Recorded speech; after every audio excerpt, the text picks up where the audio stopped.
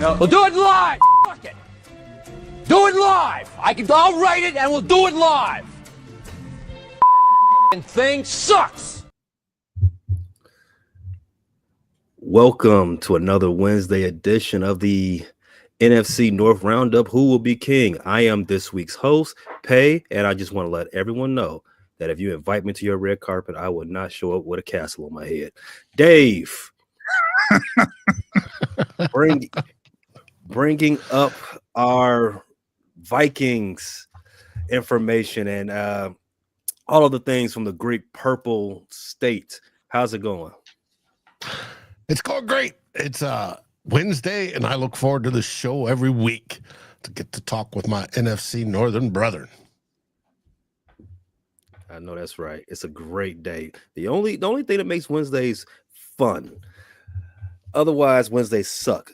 June and B. Foster, the Detroit dynamic duo, Lions bloggers too. You know, shout out to B. Foster on that. Lions bloggers, Lions podcasters, Pistons bloggers and podcasters. How you all doing?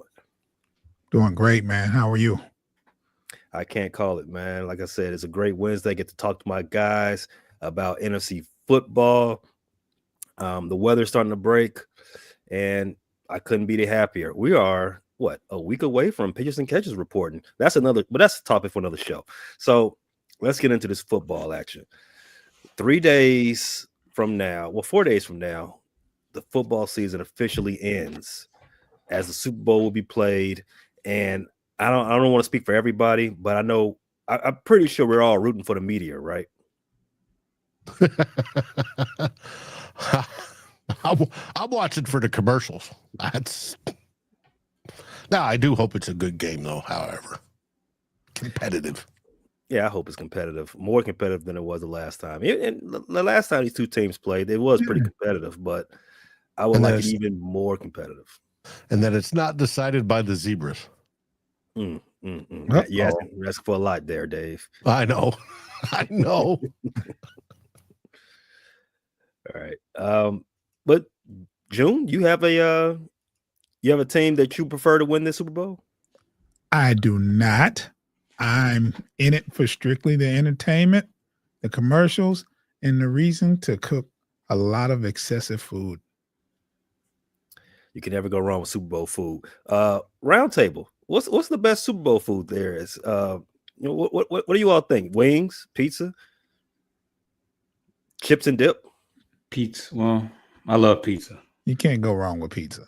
Yeah. Nacho, maybe. Nachos. Yeah, but wings are good too. Yeah, you really. Just the constant stacking. You pretty much name the top three as far as Super Bowl snacks. Okay. Yeah, I cannot wait for the commercials, the food, the discourse about, man, I can't believe they threw that flag on AJ Brown right there and giving the Chiefs another Super Bowl win. I can't wait for all that. It's gonna be fun. Hey, did you see where they asked Mahomes who was his favorite ref? Oh, Really? Yes, they did. And he answered it like a champ. He smiled and he said, I like all the refs. I bet you do. Well, all of them like him too. So, and they asked him, "Do you buy any of the refs any gifts or anything like that?" It was crazy. It was crazy because we say it amongst each other, but there's a it's in the air that he gets favorable calls. Those Chiefs. Well, certain quarterbacks over history have gotten favorable calls where others have not. Take Big Ben Roethlisberger. He'd get abused because he'd stand there and take it. Whereas Tom Brady, if you did that to him, is 15 yards. Yeah, Big Ben, he only favorable call I know he came from a judge. Speaking wow. 2 judges as a matter of fact. Okay. Speaking of Tom Brady, the great one, 8 years ago today, 28-3 comeback in the Super Bowl. Yeah. Yeah, because Atlanta choked. Unprecedented choke job in Atlanta, and there's a lot of choking in Atlanta. So that it had to be historic, and only the Tom Brady can be a part of that. You are batting 1,000 today, Pat. It's Wednesday, Joe. Yeah, you are batting 1,000. Your on base percentage is chef's kiss. Let's try to keep it that way. All right. So as far as the NFC North, none of our teams were fortunate enough to be playing this weekend. Lions were our best shot, but they didn't take it. Things happened that wasn't in their favor. We just leave it at that.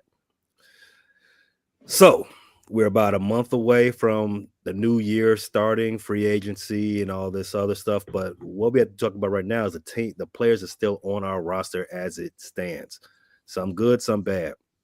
Unrestricted free agents. Dave, you want to kick this one off? Let's talk about what unrestricted free agents the Vikings have on their roster. Can you just give me top 5? Rank them for me. Well, top 5 that I want, or the top 5 unrestricted free agents? Well, I think that would be the same thing, though, right? Because if you want them to stay, there's some people that he just would rather give their walk. All right, Brian Murphy, the Pro Bowl MVP, Brian Murphy. Oh, they played the Pro Bowl already? Yeah, this last weekend. Okay. Nice game of flag football. Yeah, it was a nice game. 76-52 or something like that. Score-wise. Might as well have played basketball. Yeah, but could be. Brian Murphy's my number 1 who I'd go for. We got Aaron Jones, who's another. Should we bring him back or not? He's turning 31, I think, this year.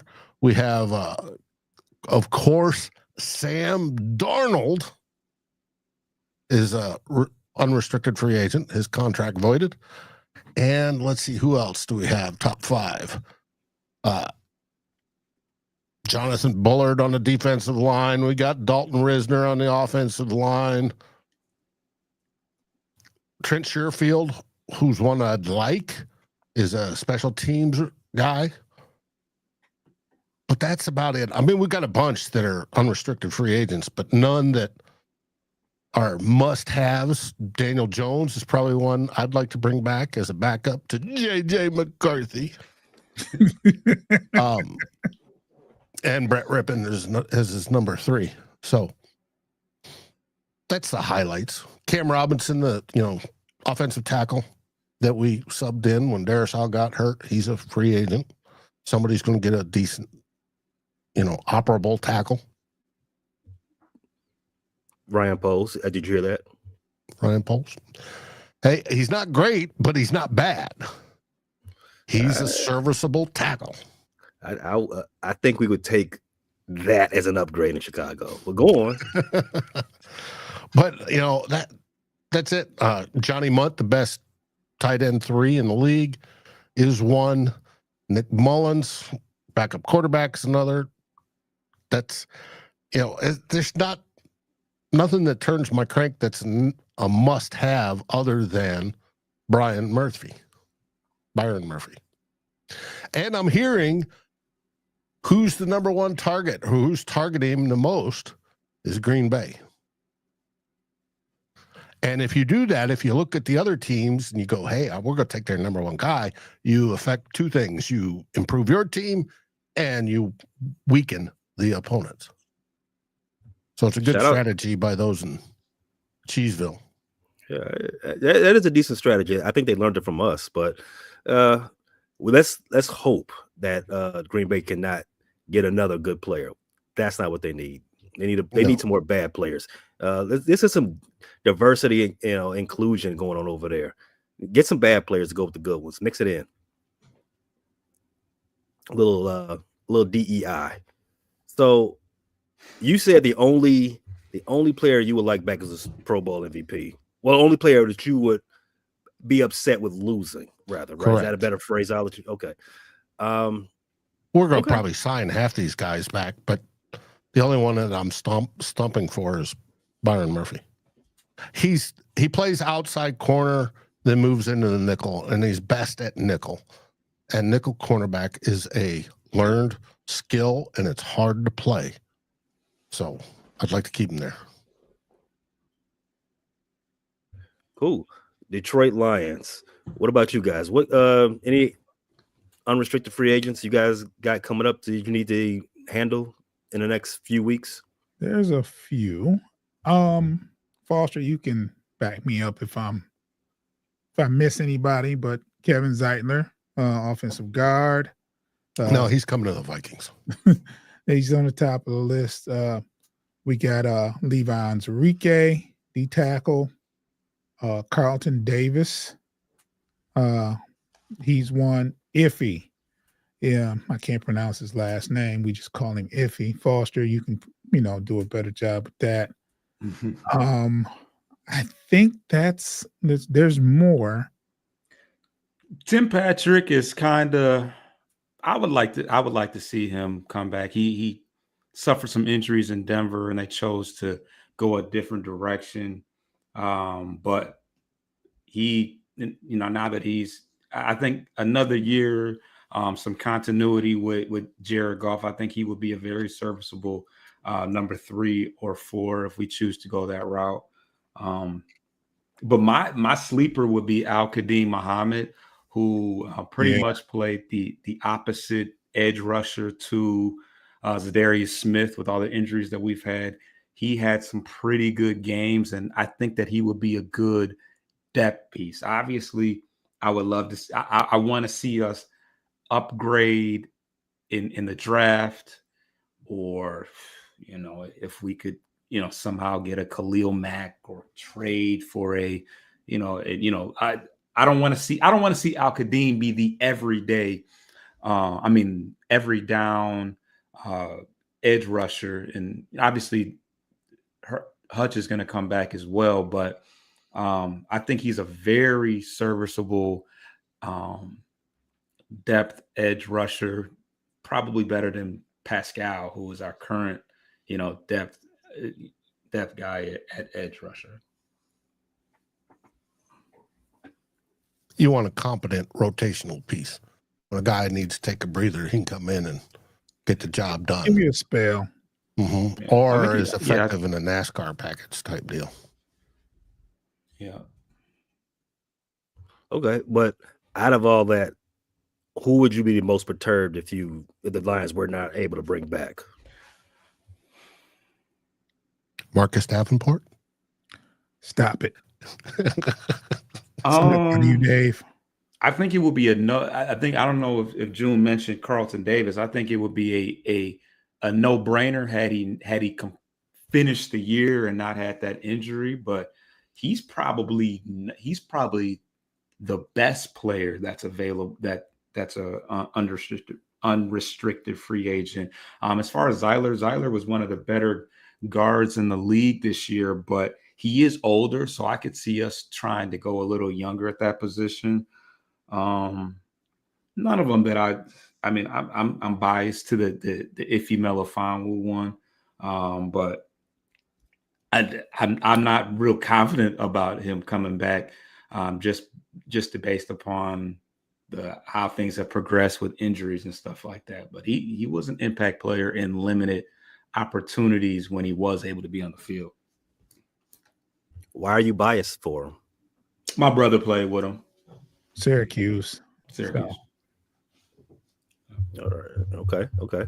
Not that's decent. Okay, so we got Carlton Davis and your boy Melifonwu. Am I saying his name right?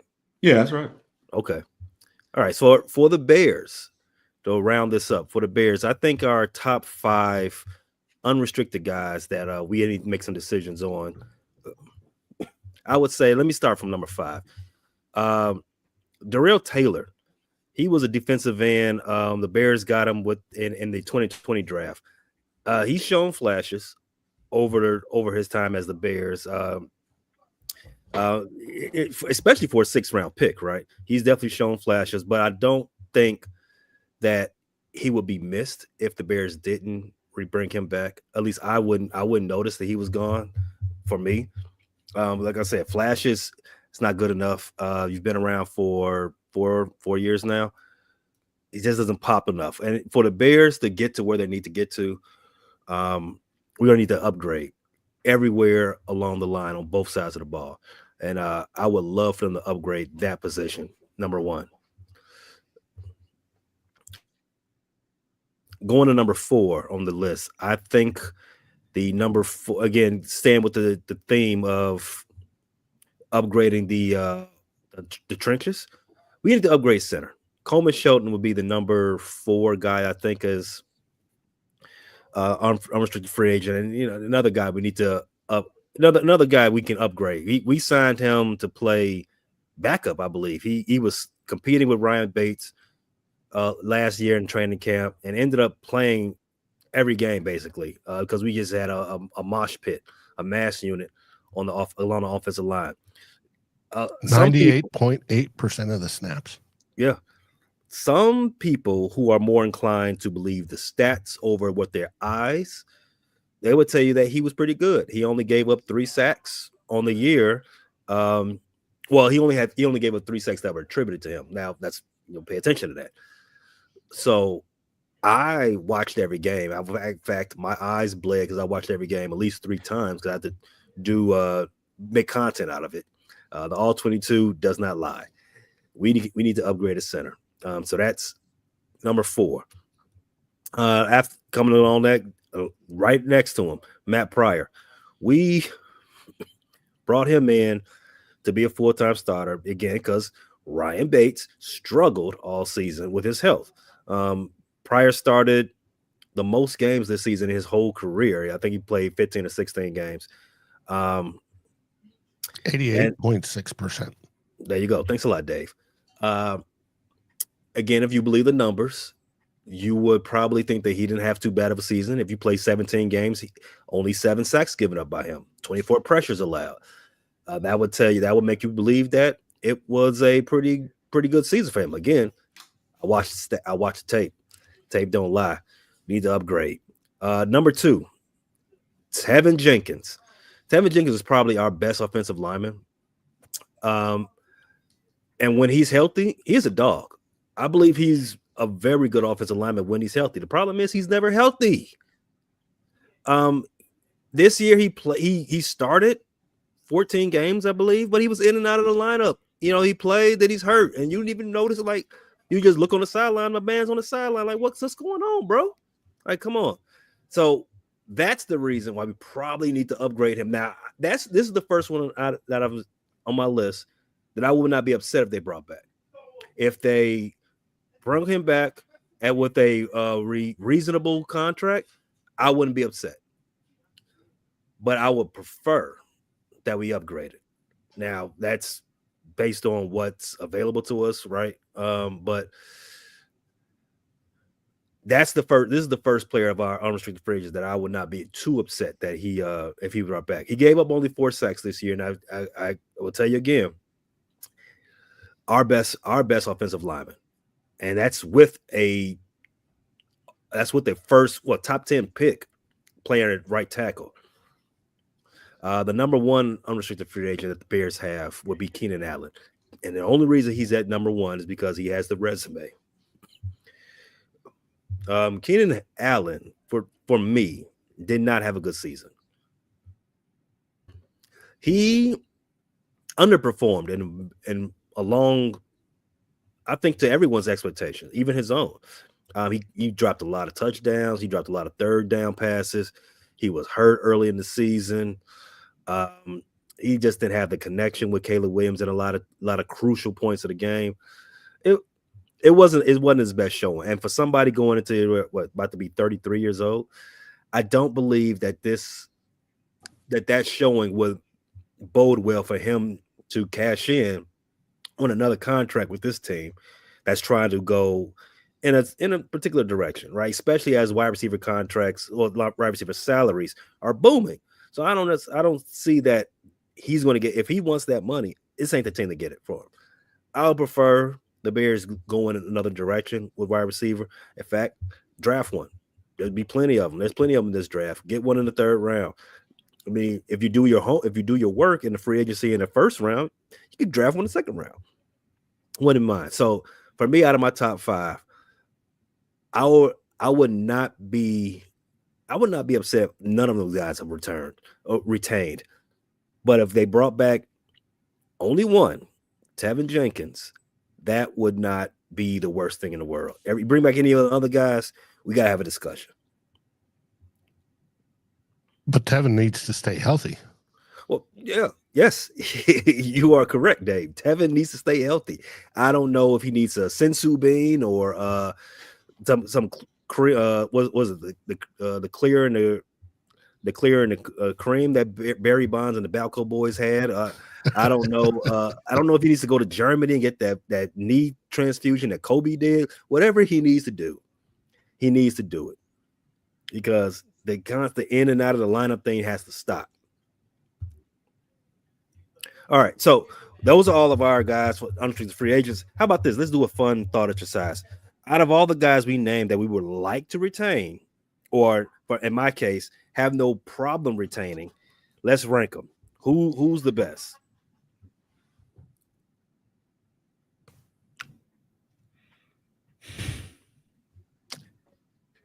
Carlton Davis. There's no super studs. I like Byron Murphy on my team. As for the Lions, who we got? Carlton. I would say Carlton Davis or Zeitler. Yeah. Oh, and Zeitler is 35. Right. And he's just going to be a short-term fix. But yeah, for quality, yes. Let's say Zeitler. Mm-hmm. And Marcus Davenport, of course. No. I would like Byron Murphy. I would put Byron Murphy at the top of the list. I mean, he was in the Pro Bowl. Oh, you talking about as far as everybody's? Yes. Yeah. Yeah. I would put Byron Murphy and Carlton Davis number 1 and 2. And then I'm putting Tevin Jenkins number 3. Okay. Anybody from Green Bay, though? It's free. You got Eric Stokes, cornerback. A.J. Dillon. We all know A.J. Dillon. He was hurt all last year. He was hurt all last year, but he's a free agent. Corey Ballentine, Josh Myers, their center. That's not an upgrade. Eric Wilson, linebacker. Brandon McManus, kicker. Andre Dillard, left tackle. Tyler Davis, tight end. There's not anybody that shoots off the page out of all those guys. Yeah, none of those names were very enticing to me. But you know, a name that is enticing out there in the NFL zeitgeist, we can come outside of the division a little bit. Defending Defensive Player of the Year, Myles Garrett. Mm-hmm. Anybody interested? Mm-hmm. What would you give up for him, Dave, to get him in the land of 10,000 lakes? Well, first off, he's a traditional 4-3 defensive end versus a 3-4 outside linebacker, but he ranks up there with Justin Jefferson as being the best players in the NFL. Definitely at his position, even though he's getting older, he's still producing. And I salivate at the thought of a NASCAR package that would have all our guys, Jonathan Grenard, Andrew Van Ginkel, Garrett, and Dallas Turner in there at the same time. It would be too much. My heart couldn't take that excitement. It would be just dominating. But it's not going to happen on the Vikings end. Would I like it to? Yeah. Would it cost? Oh, yeah. To get him, I'm hearing 2 firsts plus, which with 2 years on a contract, and the contract isn't that bad. I think he's making $22 million this year. But, we're talking in my world, would you have to trade Dallas Turner to get him plus a pick? Now, where I don't want to see him ending is in Green Bay, Chicago, or Detroit. What's all this? What's all this player hating, Dave? Come on now. Because I don't want to face him twice a year. Yeah, I mean, it's only for a few years. He's 29 years old. You want to deal with it forever. I mean, that's for the next 6. But he would be. Can you imagine Myles Garrett on one side and Hutchinson on the other? Ugh, that's kind of gross. I mean, Van Ginkel and Greener, that was, along with Garrett sounded horrible. But yes, Hutch and Garrett would be spooky. Yeah. Now, you need him. Yes, the word need, I want to be very clear on this. We need a difference maker on the defensive line. You are very correct. However, did you say the asking price is going to be at least 2 firsts? That's what the word on the street is.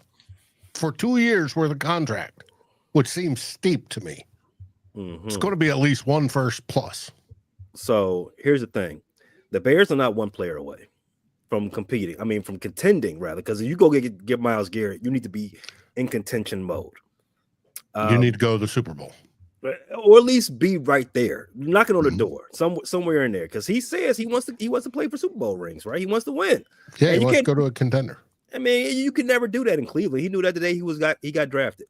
The Bears, this is a move for the Bears, maybe 1 or 2 years down the road, because there's 3 things that gets this deal done.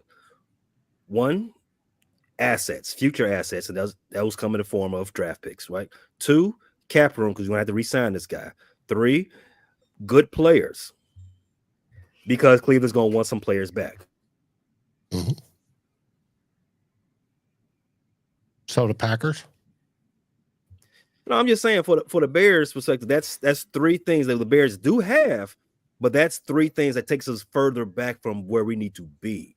Mm-hmm. So while he would be a boon to us along our defensive line, and probably to the whole defense, the Cleveland Browns was a great defense, not this past year, but the year before, when he won Defensive Player of the Year. I mean, he was unstoppable. But at what cost?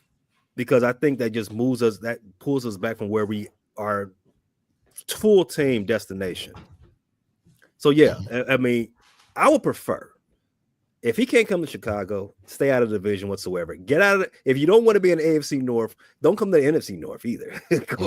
go to Washington is the NFC team. Other NFC team I'm hearing. Whatever team decides to take on Aaron Rodgers, go to that division. Go ahead and put him in the dirt a couple of times a season.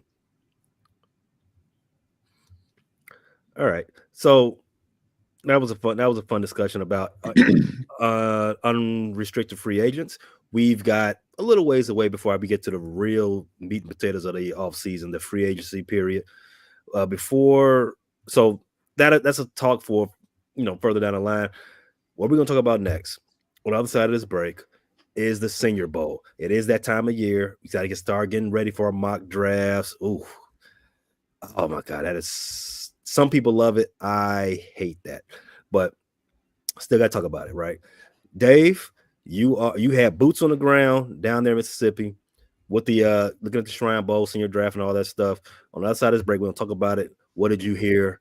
So let's get to that. If you're watching live, you know what to do. Just stay put. If you're listening on audio, check out our advertising partners. They make this all possible. Get them some love. We'll be right back on the other side of those messages.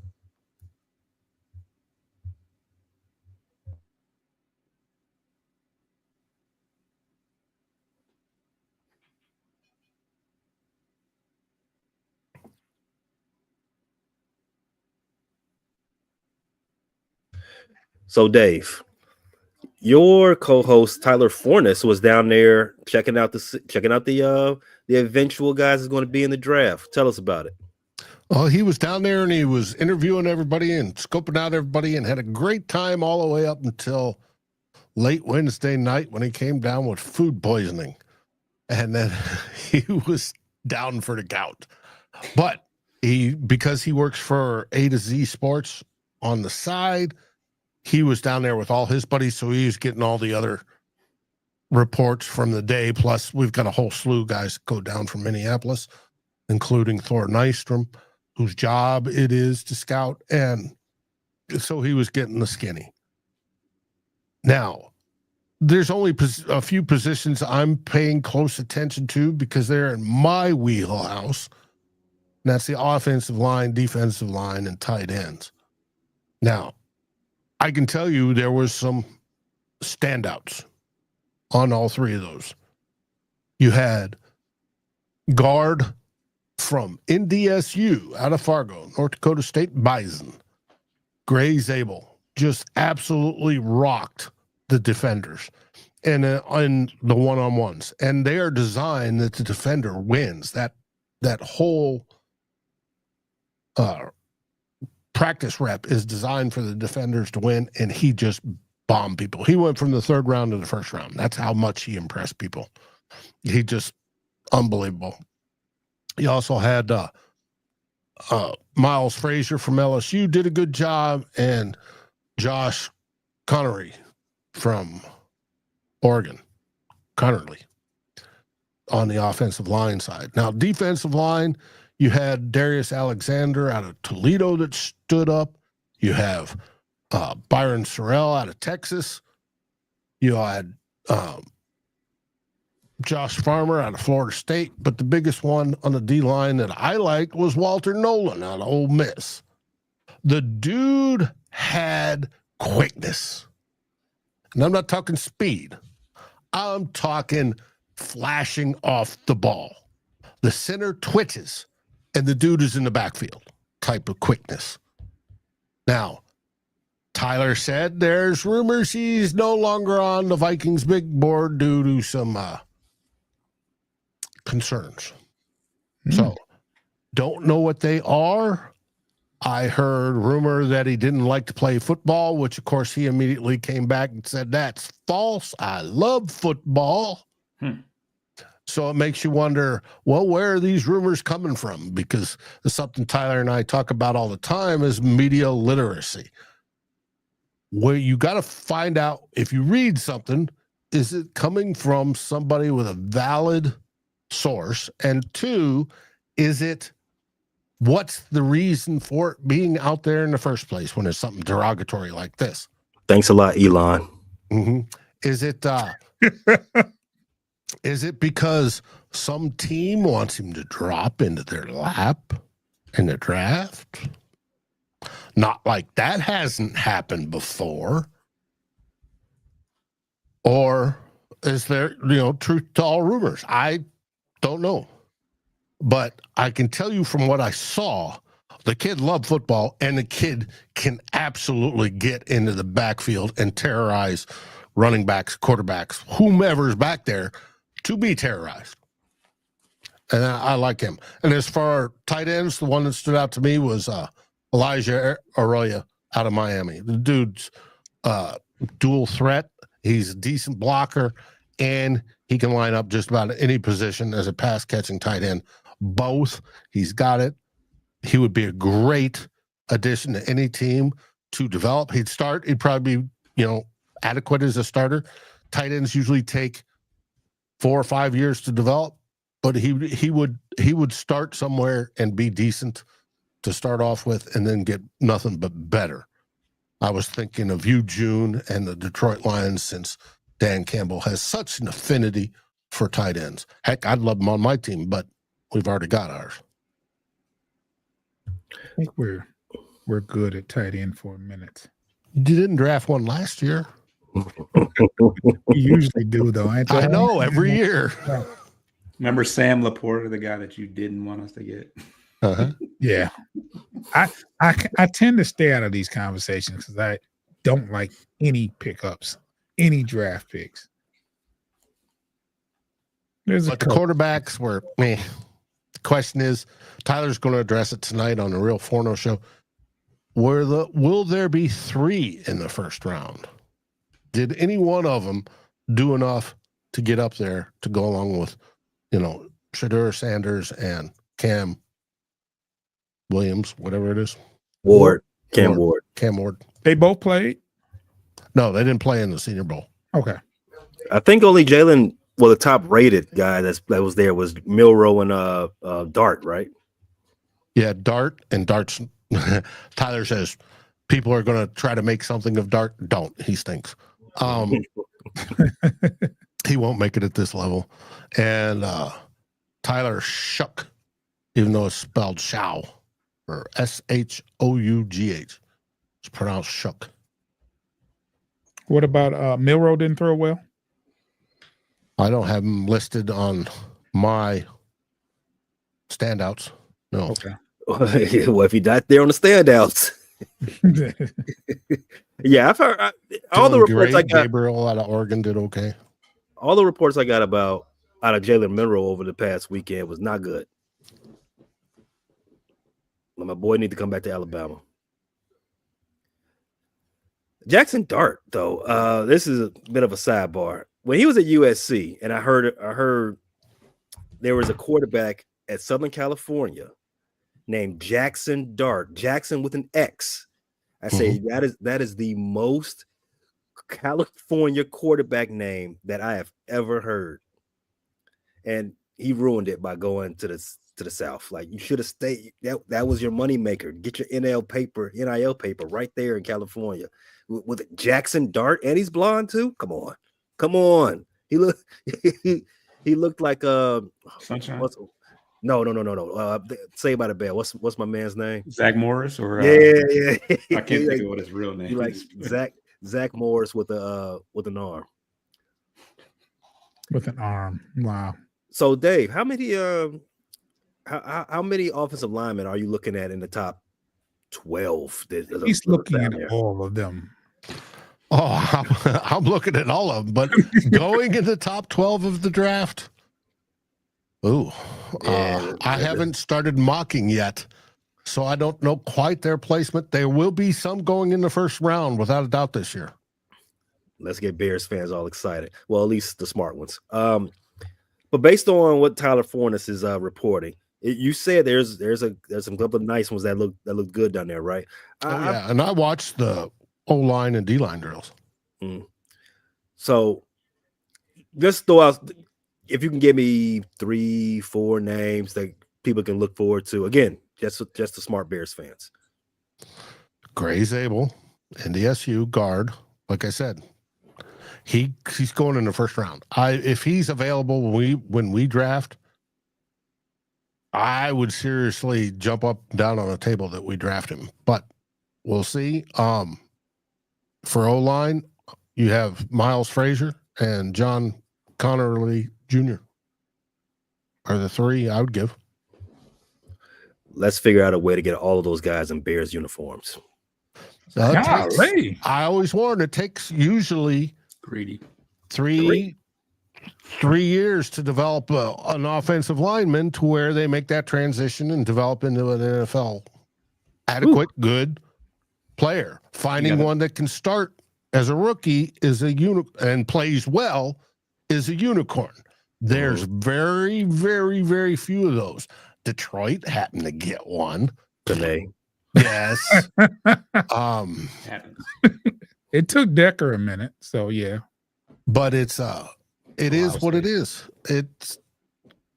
But you want to build up long-term success, you draft and develop. It helps. Now, you got enough money to pay for everything you want, but you want somebody in that pipeline. Yeah, go ahead and draft and pay, and we'll just get them as free agents. Oh, no. We got the cap. If they're good, we're keeping them. The Bears. The Bears. The Bears. The Bears. Did you have to do that? I did. It's been a while since you've seen it. I had to do it again. Detroit. I know it's early. We haven't started our mocking yet, but what I want to say you all are interested in defensive line help in coming in this draft, but drafting that far back, what do you got, the number 28 pick? Around there, yeah. Yeah, something like that. So I think there's more so best player available in that spot. I don't know if I don't know. You may see it differently than me, but what would you what would you be interested in? Definitely an edge rusher. There's definitely some names that popped out that probably won't be around when it's time to for us to pick. But we did do a player profile for Demetrius Knight, who's been making some noise down there. He's been flashing a lot in the drills. He's a downhill run stopper who's coverage capable with good straight line speed. Mike Green has been making a lot of noise. That's been the consensus. There's a guy by the name Shamar Stewart, another guy that's out of Texas. Yeah, out of Texas. I think Texas A&M. Yep. Yeah, he's been making a lot of noise. And then a guy by the name of Maxwell Hairston out of Kentucky, who actually went to a local high school not too far from here. But I guess he's got some pretty decent ball skills. He had 5 interceptions in 2023, and then it kind of looks like they threw away from him this year. He only had 1 interception and 4 pass deflections. But definitely got to keep an eye on the cornerbacks as well as the edge rushers. But as you said, well, we got some pretty good luck last year. I don't think we planned on getting Terrion Arnold where we got him, although we did have to trade up a little bit for him. But he improved over the season. He did. I'm really interested to seeing how he adjusts after playing. I mean, he had some of the most snaps amongst cornerbacks this year. He was healthy. He's a very willing tackler. And I think it'll be interesting to see. It'll be imperative for us to go out and get somebody to go next to him.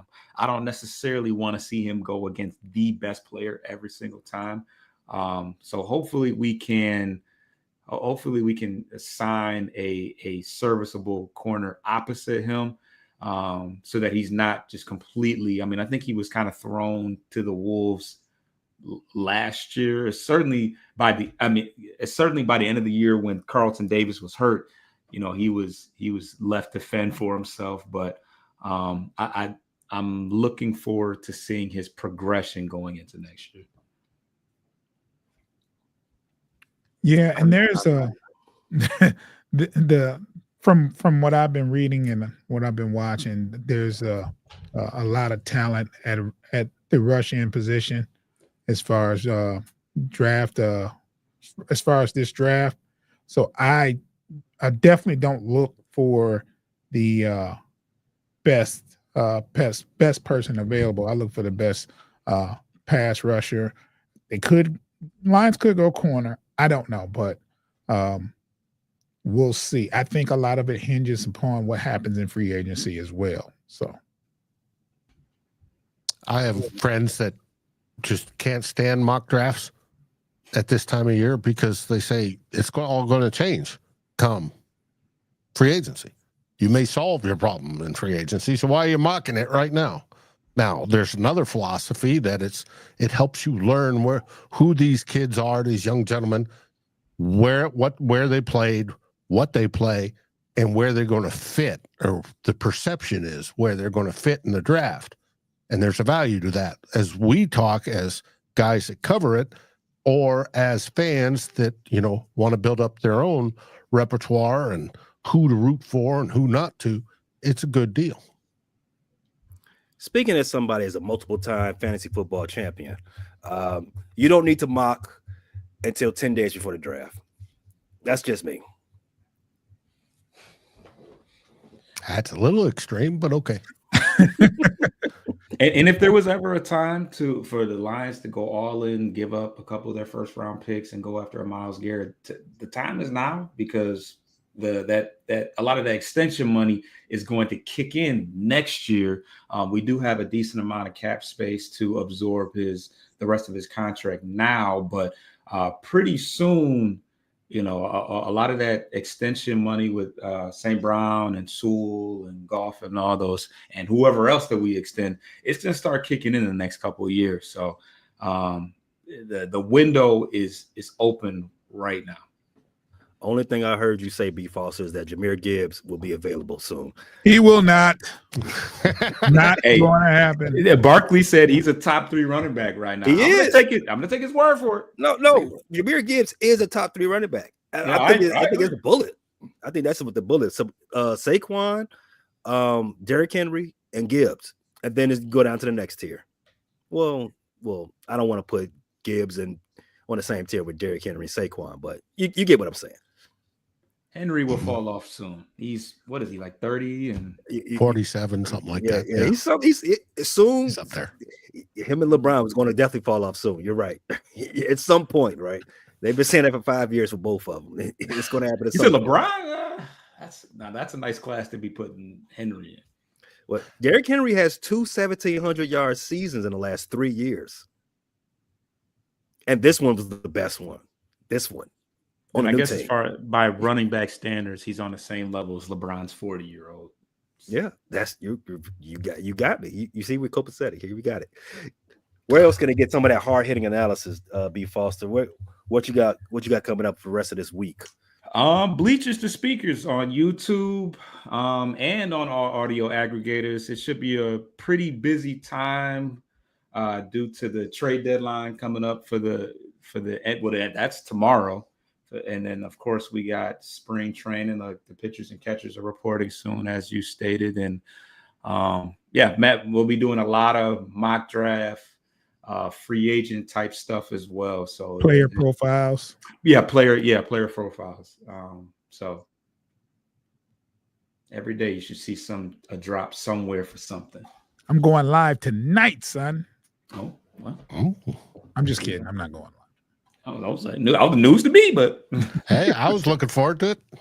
Yeah, put it on the docket to watch. Dave, what you got for us? I know you already hinted at the exclusive Tyler Forness Senior Bowl drop episode, but what else is going over there at Vikings versus Skull? Tonight we have Tyler Forness again. It's the second show of the week, and he will be talking stuff from the Super Bowl. Senior Bowl, as well as we're doing our first mock of the season. And that's a special deal for us where we learn about these players and where they may fall and do they fit in our system and would they go for them and does it make sense and yada, yada when we're drafting. We've only got 4 draft picks this year and we're drafting 24th. So it's going to be interesting. And then tomorrow night, we should have Sal Spice. She missed Tuesday night because of the flu, but then we'll have Sal there. You can find us on Vikings First and Skull, YouTube, podcast, whatever aggregator you want, over at Fans First Sports Network as well, where we do a little writing.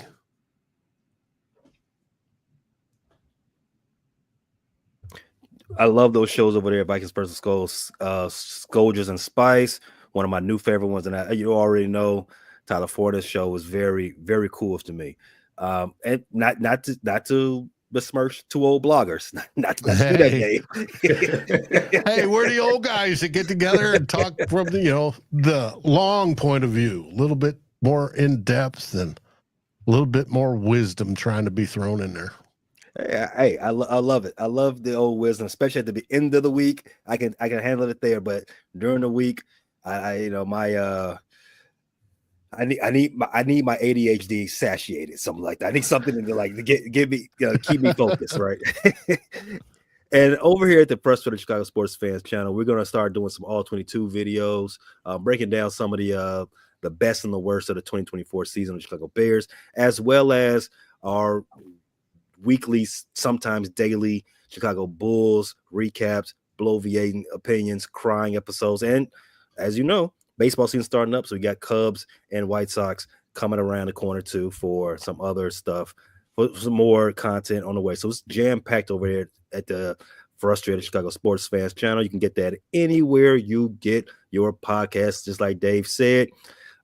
Amazon Music, iHeartRadio, and Pandora, Apple Podcast, Spotify, and all the rest.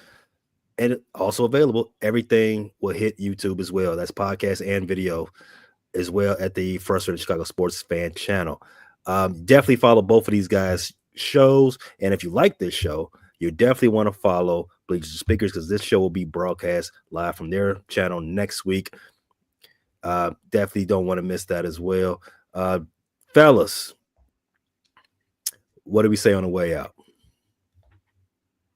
That was kinda Ferocious. strong.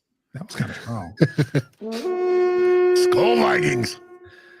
And as always, The Bears. Oh, see you next week, guys. Thanks for listening to this latest edition from the Frustrated Chicago Sports Fan channel. Whether you listen to this on Apple Podcasts or Spotify or watching on YouTube, make sure you like, subscribe, share with a friend, and hit the notification bell so you never miss a drop. And all my homies from Chicago, we say 3 things: bear down, go Cubs go, and sell the team, Jerry.